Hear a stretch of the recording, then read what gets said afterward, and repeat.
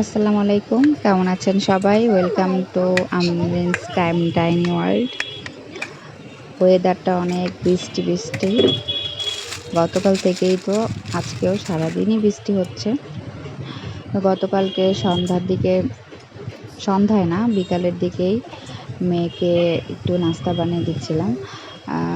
ও আবার দুপুরে বেশি ভাত খায়নি, তো বিকালবেলা আমাকে খুব প্যারা দিচ্ছিল, ক্ষুধা লাগছে ক্ষুধা লাগছে।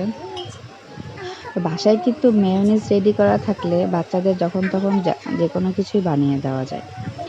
তো আমি আবার আমার রেডি করা মেয়োনিজ শেষ হয়ে গিয়েছিল, তো আমি নতুন করে আবার মেয়োনিজ বানালাম। মেয়োনিজ বানিয়ে বক্সে রেখে দিয়েছি এবং বাকিটা কিছুটা দিয়ে আমি ওকে নাস্তা বানিয়ে দিয়েছি। আর এখানে যেটা দেখছেন এটা হচ্ছে নাগেটস, চিকেন নাগেটস।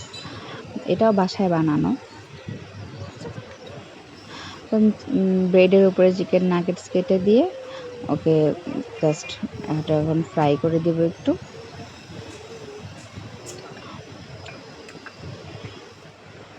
ওই যে দেখেন আমার পিছনে ঘুরঘুর করতেছে।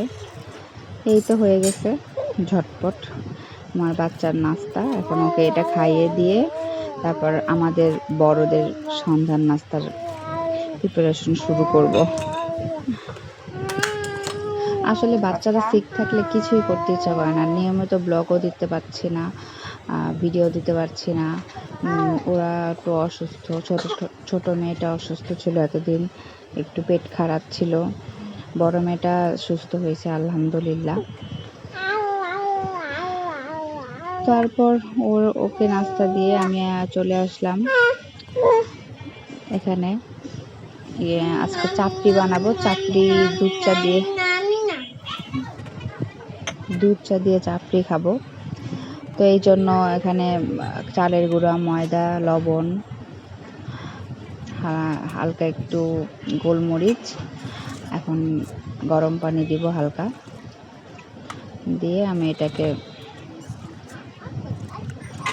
তাড়াতাড়ি ঝটপট নাস্তার মতো রেডি করে ফেলবো।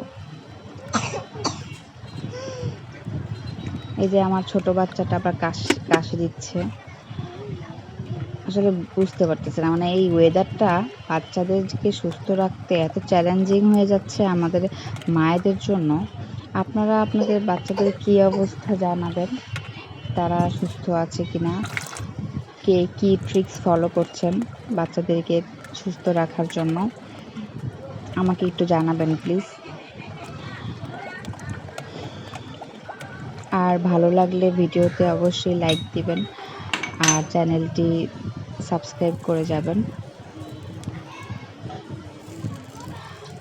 আমরা যারা নতুন, আপনারা যদি আমাদের পাশে না থাকেন তাহলে আমাদের আসলে চ্যানেল গ্রো করতে খুবই কষ্ট হয়ে যাবে। তো আশা করি আমাদের ছোট চ্যানেল যারা আমরা ইউজার তাদের পাশে আপনারা থাকবেন, এটাই আমাদের কাম্য।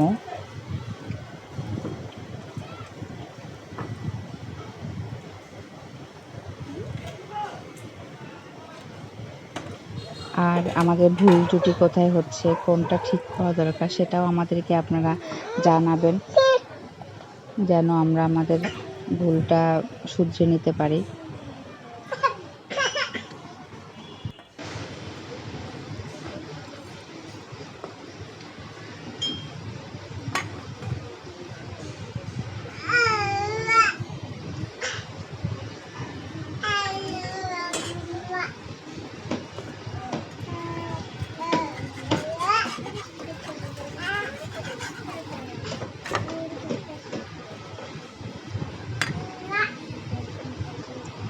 এই তো, আল্লাহ হাফেজ।